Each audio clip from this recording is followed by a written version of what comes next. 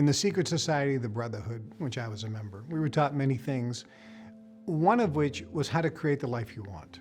And I was taught a truth, a secret that was so simple and so easy to understand, it virtually exploded in my mind. There was a book written years ago. Some people say 1,000 years ago, because the origins are very difficult to pinpoint. The authors allegedly are people called the Five Initiates.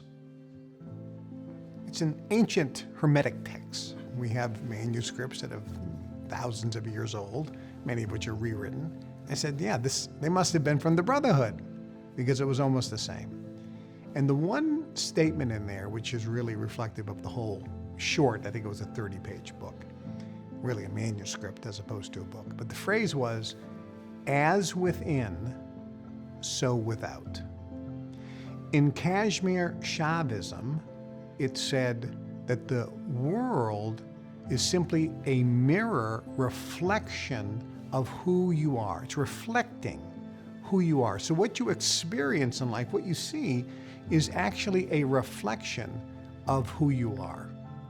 Dr. Maxwell Maltz wrote the great book in 1959, I think it was, called Psycho-Cybernetics, the original one. And he was the first person to coin the phrase self-image. If you see yourself as someone who's sexy, then that's the world you live in. Members of the opposite sex or the sex that you're attracted to are attracted to you because you're sexy. That's how you see yourself. This whole concept of as within, so without is something that I was taught in the Brotherhood. And it was an interesting meeting, because in the Brotherhood I was told after a certain number of trainings, a certain number of years, and remember I was inducted when I was 6 years old, so it was many years later, I was told, today's your lucky day, effectively. You're going to have a group session where we are going to reveal to you the secret of the universe and the secret of creating the exact life you want. And I said, wow, should I bring pad and paper to take notes? No.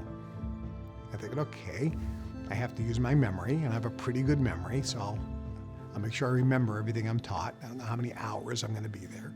They said multiple of the elders, the highest level members, will be there. And I went in, and we didn't have clubhouses, like Masonic lodges or something. We were in homes, in wealthy mansions, amazing properties, where members of the Brotherhood, who were the pillars of society, many of which, however, were unknown as well. Most of them were unknown. They were in the shadows, but they lived in the mansion, and they had, and here's the funny thing. When you went into the mansion, it was on a street with other mansions, but the real wealth was what was inside the mansion. In other words, okay, it's $1 million home. Well, there's a bunch of $1 million homes on the street. But when you walk into this $1 million home, the chandelier is worth $2 million. That painting is worth $30 million. That Ming vase is worth $5 million. And all of a sudden you start seeing this amazing amount of wealth right before your very eyes. Each of those items have this opulent wealth creation magnetism. So I walk into this home, and I'm overwhelmed by the wealth energy, the money energy, the ancient wisdom energy. And we go into the basement, and the basement is dark. And in the basement, there's a circle. And now I start thinking, uh-oh, here are the rituals that I've heard about in secret societies. There's gonna be some human sacrifice, we're gonna kill a chicken, something's gonna happen bad, big people gonna come in robes, the Pentagon comes out, okay, here comes the devil worship. Okay, now my mind starts to spin a little, but in a funny way, because I knew that wasn't gonna happen, but those images kind of came to mind. So I walk in, and there's chairs in a circle with a chair in the middle. I sit down, and they all circle around. And my uncle, which was my mentor, we call him my uncle, he leads, and he introduces everyone very quickly, because I didn't know. I only knew 2 people there. Everybody else was a mystery. And it was one of the first times I started seeing other members of the Brotherhood and who they were. And pretty impressive. And then Uncle says, today you're going to learn the secret of the universe, the secret of how to manifest and create the exact life you want that we know. You're going to learn the secret, but today's just the first step. You'll learn the secret, and then for the next 5 years, we will train you on how to use this. 5 years. And I was told a phrase, which later became very popular in poker. I think one of the poker guys at the either the World Series of Poker or the World Poker Tour would say this phrase, but I heard it in the Brotherhood. And it says, this is going to take 5 minutes to learn, but a lifetime to master. I sat. They said, here's the secret of the universe. As within, so without. It was years later that I read that book by the 5 Initiates where it said that. As within, so without. Your world is a mirror reflecting who you are. And it really reflects who you see yourself as. And that was it. And everybody stood up, congratulated me. Where's the coffee and donuts? You know, what was happening? And I thought, did I just miss something? You know, where's the explosion in my head? Where's the bombshell? And my uncle said, just think about this today, and we'll meet tomorrow. And I began to think about it. I said, how is the world a reflection of who I am? How is as within, so without? What are they talking about? And over the next 5 years, the training was primarily on this subject. And the training talked about how you see yourself and how you feel.